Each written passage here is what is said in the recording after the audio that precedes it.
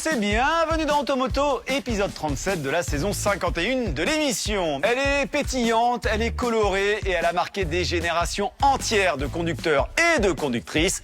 Mesdames et messieurs, la Twingo est de retour avec cette 4e génération qui ressemble, vous le voyez, énormément à la première Twingo sortie au début des années 90. La Twingo, c'est une histoire, c'est une véritable saga. D'ailleurs, regardez, on a réuni toutes les générations de Twingo qui viennent des réserves du constructeur français avec des modèles que vous n'avez sans doute jamais vus. On va en profiter d'ailleurs pour voir si cette nouvelle Twingo a toutes les qualités de ses mamies. Est-elle toujours pratique? Est-elle toujours habitable? Et puis surtout, avec un prix qui tourne aux alentours de 16 000 €, est-elle si abordable que ça, cette nouvelle Twingo? On en reparle juste après le sommaire.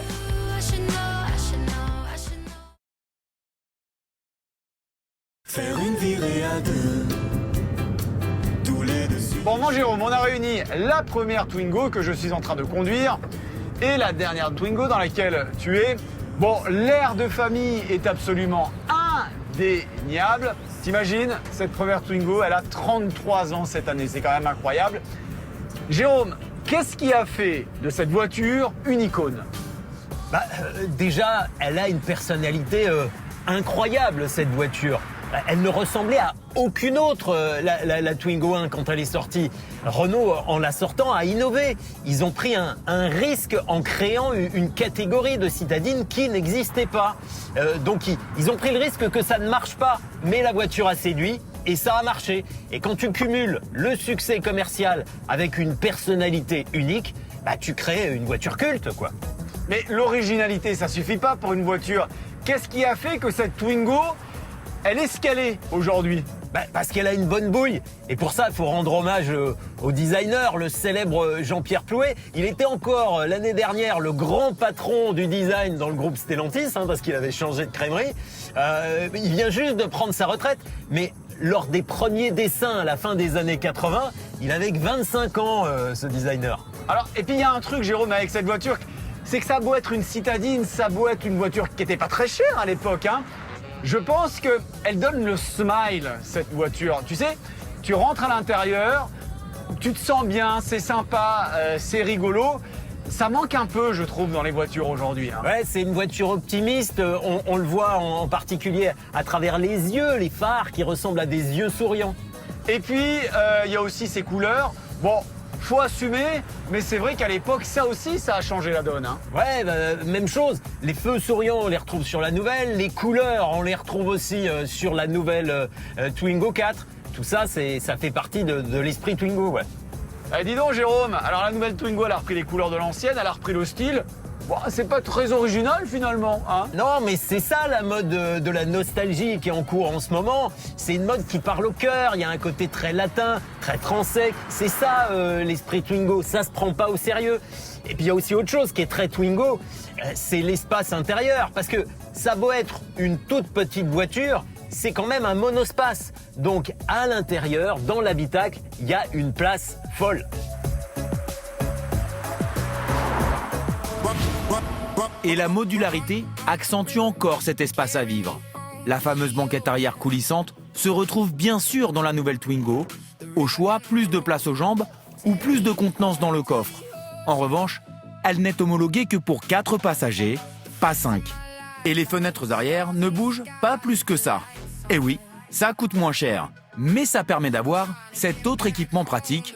Le dossier du siège passager avant se rabat pour charger des objets de 2 mètres de long.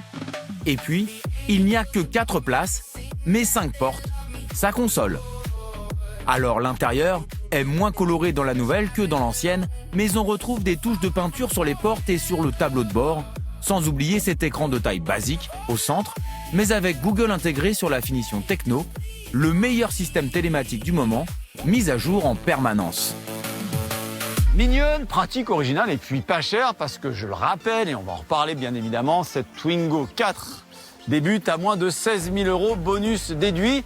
Bon, bah écoute, finalement, Jérôme, c'est la même recette que la première, encore une fois. Hein. Oui, c'est une recette qui a permis à Renault de vendre 2,5 millions de la Twingo 1. C'est énorme, c'est un énorme succès. Ça a été un tel succès qu'ils se sont beaucoup gratté la tête chez Renault pour la remplacer. Ouais. Ils ont hésité entre plusieurs prototypes, mais ils l'ont gardé 14 ans, cette voiture. Regarde, le prototype de 2005, moi, je trouvais qu'il était pas mal. Oui, dessiné par Anthony Villain, le chef designer aujourd'hui d'Alpine.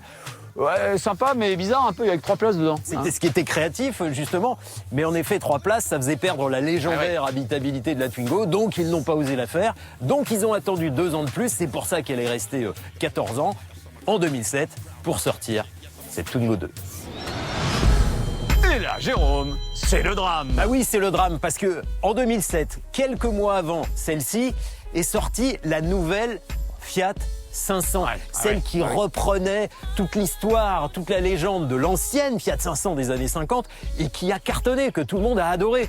Ils ont respecté l'histoire, c'est l'inverse qu'a fait Renault, c'est-à-dire qu'ils ont oublié tout ce qu'était la Twingo 1 pour faire cette Twingo 2, une voiture banale, consensuelle, fade. Bah oui, on perd le côté monospace, il y a un capot, il y a plus le regard rond de cette fameuse grenouille. Bon, après, dis donc, cette version est plutôt pas mal, là. Alors celle-là, oui, parce qu'elle est arrivée encore quelques années plus tard, c'est le restyling, donc on retrouve des ferons devant. Et puis surtout, c'est la version RS, la version Renault Sport. C'est une bombinette, c'est peut-être la seule Twingo 2 qui y trouve grâce à mes yeux, ouais.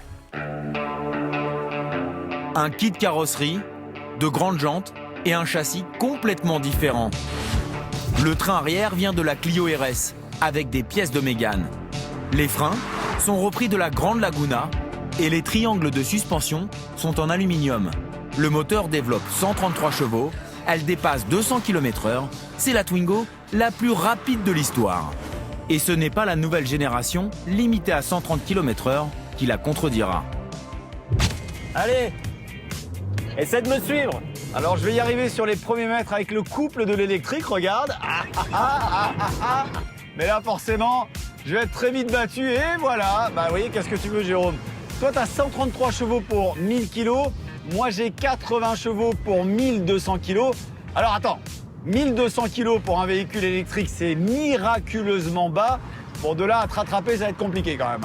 Ouais, parce que cette petite Twingo RS, c'était une super bombinette avec une tenue de route incroyable. Parce que là, dans les virages, je peux t'assurer que tu vas pas pouvoir me suivre. Mais c'était le cas avec cette petite bombinette, mais c'était le cas aussi avec n'importe quelle Twingo 2. Elles avaient une tenue de route d'un équilibre incroyable. C'était la meilleure tenue de route de toutes les citadines du monde entier. Maintenant, la question qu'on peut se poser, c'est est-ce que c'est vraiment ça qu'on cherche quand on achète une Twingo? Ouais, c'est un peu le problème, Jérôme. J'ai que finalement, c'est très symptomatique de cette génération de Twingo. On ne sait pas trop où Renault a voulu en venir avec cette voiture. Ça s'est d'ailleurs ressenti sur les ventes. Tandis que moi, avec cette Twingo 4, bon bah voilà, j'ai une bonne petite accélération parce que c'est un véhicule électrique. J'ai une tenue de route sympa. En fait, j'ai une conduite. C'est ce qu'on recherche dans une Twingo. Dans une Twingo, on recherche exactement ça. Ouais, ben résultat, la Twingo 2 s'est vendue 2 fois moins que la Twingo 1. Il y en a eu beaucoup moins. Et en particulier pour cette version RS. D'ailleurs aujourd'hui, comme il n'y en a pas beaucoup, elle commence à coter cette petite Twingo RS. C'est peut-être même l'un des meilleurs choix qu'on puisse trouver à moins de 10 000 € si on cherche une petite bombinette d'occasion. Et puis Jérôme, faut pas l'oublier, t'as quand même entre les mains la Twingo la plus sportive de l'histoire. Quoique, tu vas voir, Renault a failli aller beaucoup plus loin avec la Twingo. Ce prototype aurait dû être la première marche du sport automobile français. En 1995, Renault a envisagé de créer la formule monotype la moins chère de France. Une coupe Twingo avec 7 bombinettes. Un châssis affûté, des freins de safran de ministre et le moteur de la célèbre Clio Williams. Oh, j'en veux une! Oh, j'en veux une! À l'époque, Renault a réussi à faire rentrer là-dedans le 2 litres 150 chevaux de la mythique Clio Williams. Résultat, vous avez 150 chevaux pour seulement 800 kg parce que regardez, il n'y a plus rien dans la voiture à part des arceaux, un coupe-circuit et un extincteur parce que Renault voulait faire, grâce à ce modèle, un championnat monomarque. Alors ça n'a pas marché parce que les voitures étaient trop chères. Mais je suis sûr qu'à l'époque, il y a 2-3 zinzins qui auraient réussi à homologuer cette version pour la route. Et je peux vous dire qu'elle aurait fait mal au GTI à l'époque. Hein. Ah, c'est fantastique.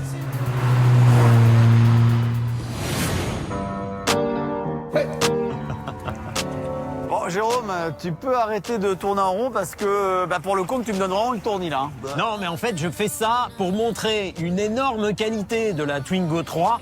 C'est son diamètre de braquage ultra court. Elle a un diamètre de braquage de 8,70 m, c'est-à-dire 1 mètre de moins que la Twingo 4. Je sais pas si tu te rends compte. Ouais, puis cette génération, elle était moins banale, hein, niveau look que la Twingo 2. Il y a un côté un petit peu Fiat 500. Niveau praticité, t'as la banquette coulissante derrière là? Ah non, il n'y a pas la banquette coulissante parce qu'il y a un moteur derrière. Donc ça interdit d'avoir une banquette mobile. Ah oui, c'était cette fameuse génération de Twingo imaginée en collaboration avec Smart, donc avec un essieu rigide.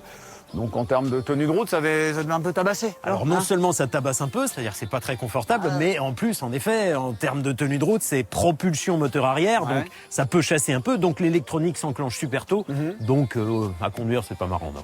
Il n'y avait pas une version électrique de cette génération? Il y avait une version électrique qui proposait 190 km d'autonomie. Alors que là, avec la Twingo 4, on est passé à 263 km d'autonomie, donc un gros progrès.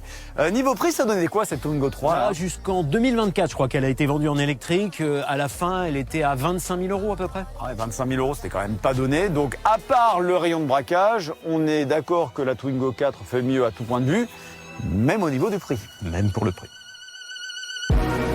La nouvelle Twingo 4 débute à 15 900 €, bonus coup de pouce déduit, pour tout le monde, quels que soient ses revenus.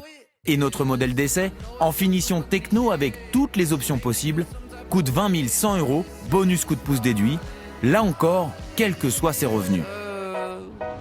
Bon Jérôme, il y a plein de gens qui disent qu'une Twingo à 20 000 €, c'est quand même pas donné. Et moi, je les rejoins parce qu'on est quand même loin des tarifs de la première Twingo, celle de 93. Hein. Alors, écoute, c'est intéressant ce que tu dis. En 1993, il n'y avait qu'un seul tarif pour la Twingo, c'était 55 000 francs pour cette voiture. Ça voulait dire l'équivalent de 8 400 €. Ah, j'ai bien raison alors. 8 400 € de 93, c'est pas comme 8 400 € aujourd'hui. Avec les euros constants, avec... le coût de la vie, l'inflation, etc. Exactement. Et ça fait 14 000 €. 8 400 €, c'est 14 000 €. Donc cette voiture, cette Twingo 1, en 1993, elle coûtait l'équivalent de 14 000 €. Donc elle est quand même plus chère de 2 000 €. Oui, mais pour 14 000 €, il n'y a rien dans la première Twingo, rien. Il n'y avait pas les vitres électriques, il n'y a pas la condamnation centralisée, il n'y a pas de direction assistée. Regarde, le volant est fixe, il bouge même pas, il n'y a pas de radio, il n'y a pas de clim. Il n'y a rien pour 2 000 € de moins. Ok Jérôme, alors ce qui veut dire que pour mieux comparer cette ancienne Twingo, il faudrait la nouvelle Twingo en entrée de gamme, elle s'appelle Evolution. Mais c'est pas le cas de la Twingo qu'on a là, on a la Twingo haut de gamme nous, on est d'accord? Oui, on est d'accord, sauf que tout ce que je vais te montrer comme équipement existe de série dans la nouvelle Twingo Evolution entrée de gamme. Ça veut dire que dans toutes les Twingo, on a ce dont tu vas nous parler maintenant. De série. Ok. Évidemment la direction assistée, le volant qui bouge dans les 2 dimensions, on a la clim, on a l'écran géant, on a les vitres électriques, condamnation centralisée, tout ça. On a aussi évidemment les airbags, le freinage ABS, et puis c'est une boîte auto, puisque c'est une version électrique. Donc il y a pour beaucoup plus de 2 000 € d'équipement de série dans la version entrée de gamme de la Twingo. Donc l'entrée de gamme de cette nouvelle Twingo est beaucoup mieux équipée que l'ancienne Twingo, c'est ce que tu es en train de nous dire.